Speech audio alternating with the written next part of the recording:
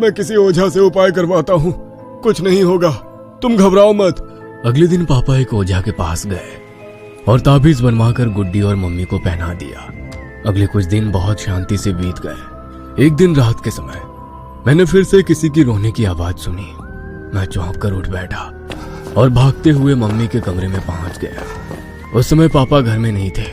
Mummy अपने कमरे में आईने के सामने खड़ी होकर लाल रंग से कुछ लिख रही थी। मैं मम्मी के नजदीक पहुंचा तो देखा उनके हाथ की नस कटी हुई थी और वो अपने खून से शीशे पर लिख रही थी। काश तूने उस दिन मुझसे बात कर ली होती तो मैं जिंदा होती। मैंने आईने की ओर ध्यान से देखा। मम्मी के ठीक पीछे मुझे शालू आंटी का भयानक सफेद पड़ा हुआ चेहरा दिखाई पड़ा। मेरा दिमाग अब सुन्न हो गया था। कुछ समझ में नहीं आ रहा था उस पल मैं क्या करूं। मैं मम्मी मम्मी कहकर जोर जोर से रो रहा था।